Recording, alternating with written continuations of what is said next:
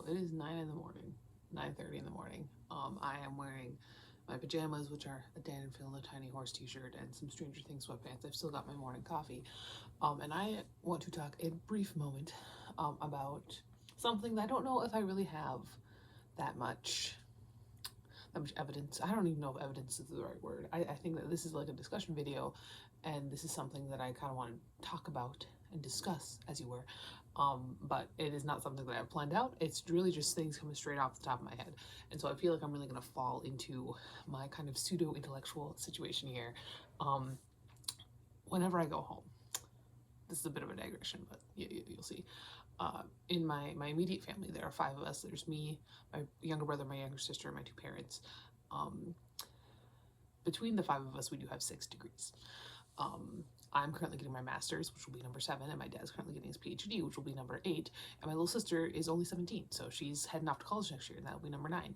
I probably intend on getting a PhD at some point, which will bring us up to 10. I think my little sister is planning on going master's and then PhD, which will bring us up to 12. And I don't even know, my brother kind of just runs on a whim. So we're very academic, and a lot of us did spend our formative years in the humanities sphere. I got an English major. Out of the 5 of us, 3 of us have been English teachers. My brother did get a computer science degree, but he grew up in a house of English people, of humanities people, so it has affected him as well.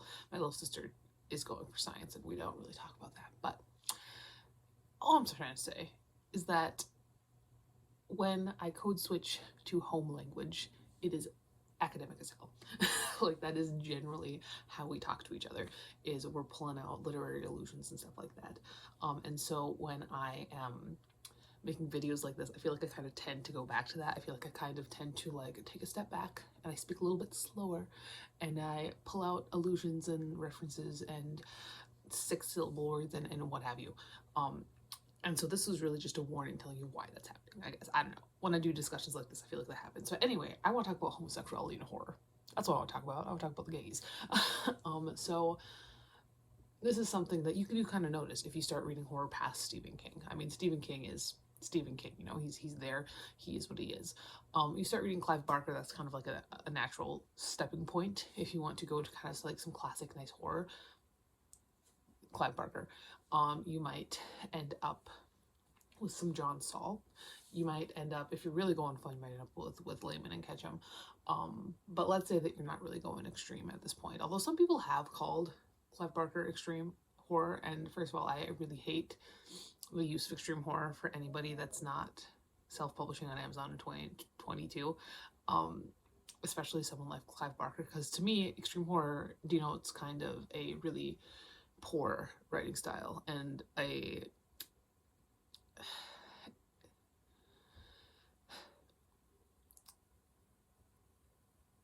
just a lust for gore and no story beyond that, no writing. Barker is, if you want to call him splatterpunk, I still kind of think you're a little bit wrong. I think he's a little bit more literary than that.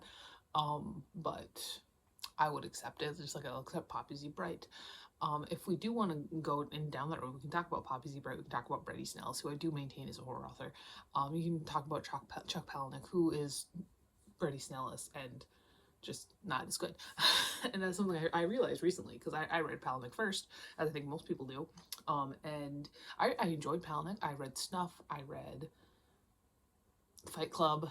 I liked them, they were very good. And then I started reading Ellis, and then I read Lullaby, and then I read Pygmy, and I was like, so Ellis is just like Palahniuk is Ellis but worse.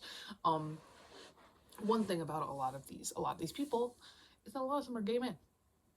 Most of them are. If we want to talk about Eric LaRocca, Mike Watson, I have nothing really good to say about Mike Watson's writing. Eric LaRocca was fine. I read You've Lost a Lot of Blood. It was okay. It wasn't like anything great, but it was okay. It was very middle of the road for me. Chuck Tingle, who was a beautiful writer. A lot of these people are gay men. A lot of them are. Or in the case of Poppy Z. Bright, I believe he's a trans man in some situation. Is that situation? I don't know the details. And it does kind of, you do have to think about the fact that a lot of the arts are, overtaken by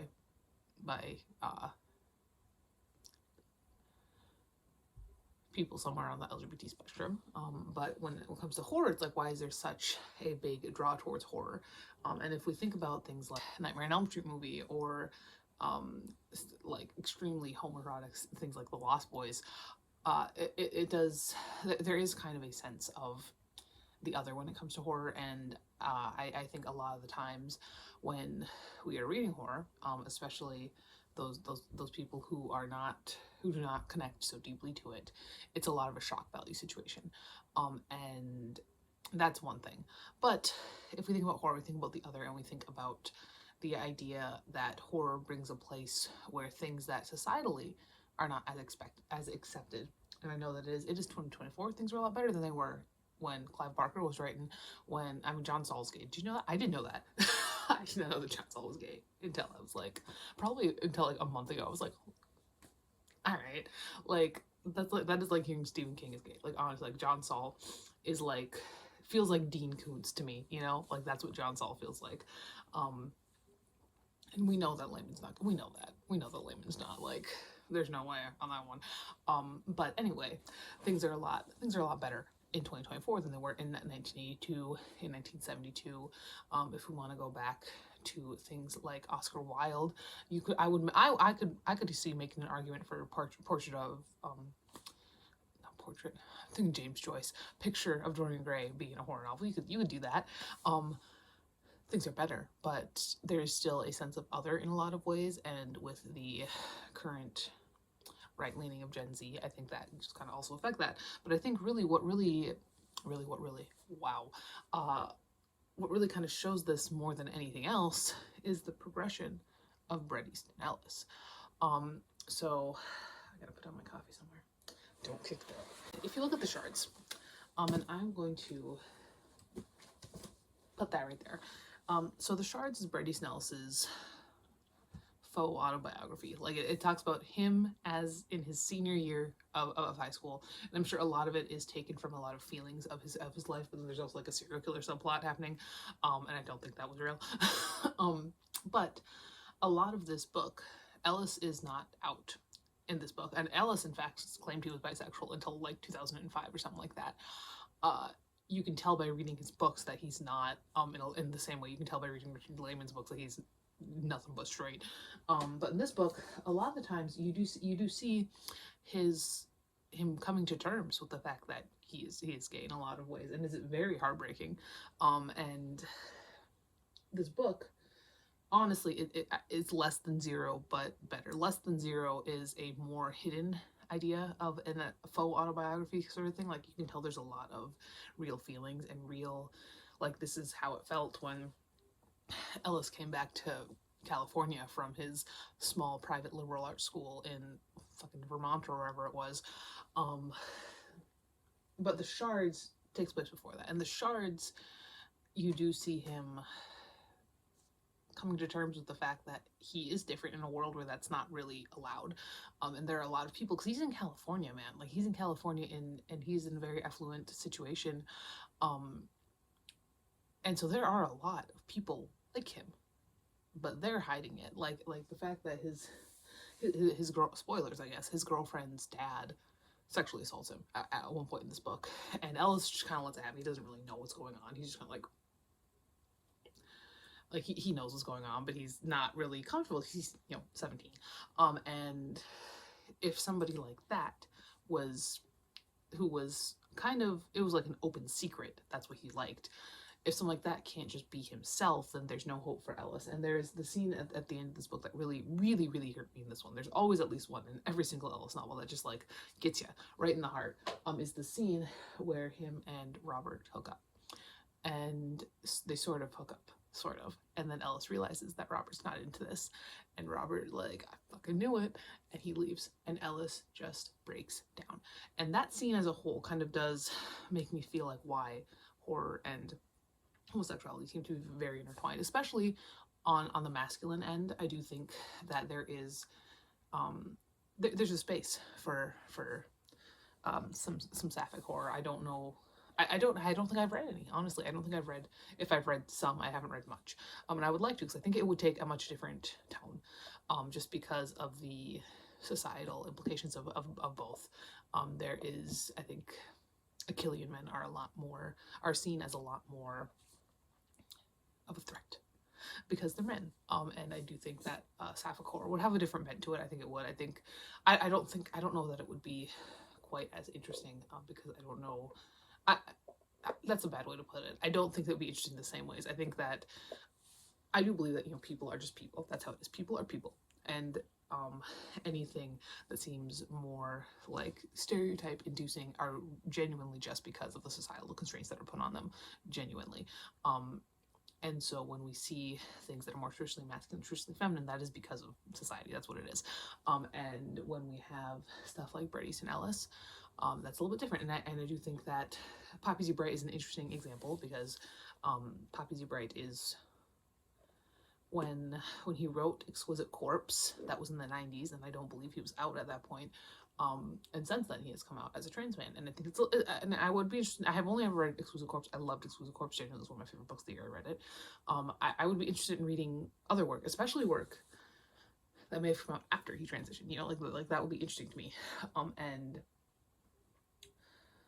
I don't know where I was going with that, but no, that's what it is. I do think that there's a certain sense of home in horror, as a place where a lot of things that have been othered find a place to be themselves. And in horror, I mean, anything goes in horror, and that's why I think there has been traditionally in a world of censorship, there's a little bit more freedom to have stuff like that in a horror novel, because a horror novel is supposed to have stuff that makes people uncomfortable, and in homophobic worlds, like, that sort of stuff makes people uncomfortable. So then you're just like, okay, it's like a natural progression in a way. And so we've got people like Ellis, we've got people like Poppy Z. Brite, we've got what's it called, Bad Moon Rising by Jonathan Kirsch, which was a great, just off the wall. We've got weird, like, queer subplots in a lot of these books. Like in that book, there's a weird queer subplot there. Ghost Mansion, there's another weird queer subplot there. And we see that a lot in those, because it is something in horror, you can do anything. And so I do think that is, look at me, I found a thesis. And that is why we had a situation where we see a lot of queer authors in horror, because in horror you can do anything. Like, there's no constraints, or if there are less constraints than there are in other genres. And I think that is another reason why we kind of push back against the idea of cozy horror or clean horror, which I haven't actually seen yet. Dear God, do not start clean horror. That doesn't exist. Horror is supposed to be there to be completely unclean in every way. Like, I'm covered in blood and guts here. That's why you see that a lot, because it's with cozy horror. Honestly, I don't want my horror sanitized in any way. And if you want horror that you are feeling completely comfortable the entire time you're reading it, you gotta pick up a fucking Goosebumps book or something, man. Like, horror is supposed to be there to make you uncomfortable. That's what it's there for. It's there to make you uncomfortable, and sometimes it's a complete just hack and slash. Most of the time, though, there are deeper societal implications with that. I don't know if this really did anything, but I did want to talk about it briefly, and any excuse I have to whip out Mr. Ellis, I will take. I would love to finish reading his backlist in 2025. I've only read 3 of his books, but Glamorama is my favorite book of all time. I would love to reread The Shards, actually. Glamorama, I reread that last year, and I was like, okay, no, that's my favorite. And I'm wondering if I reread The Shards of this coming year, I'd be like, okay, no, it's The Shards. The Shards is my favorite. But that is beside the point. I don't know. We'll see what happens. But I do have some more Ellis in that book wall. I'd like to read The Rules of Attraction. What else do I have? Imperial Bedrooms, American Psycho. I can't believe I didn't. Yeah, American Psycho's in there. I haven't read American Psycho yet. But that's everything. I will talk to you later, and goodbye.